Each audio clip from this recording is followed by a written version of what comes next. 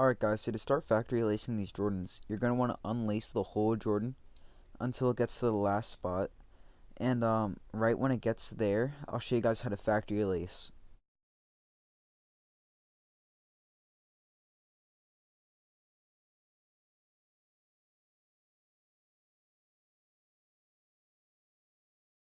Alright guys, so I just got to the last spot, and right now I'm going to show you what to do.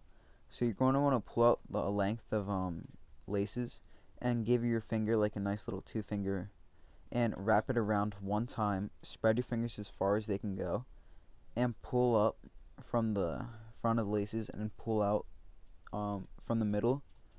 And right when it gets to a decent amount, just grab the ends and pull as hard as you can, and it'll give you a really big dead stock knot. And you're gonna want to tuck that behind the tongue because that's how Jordan 1's come retail. And you just want to tuck it behind the tongue and close it out. Make sure that there's no laces showing.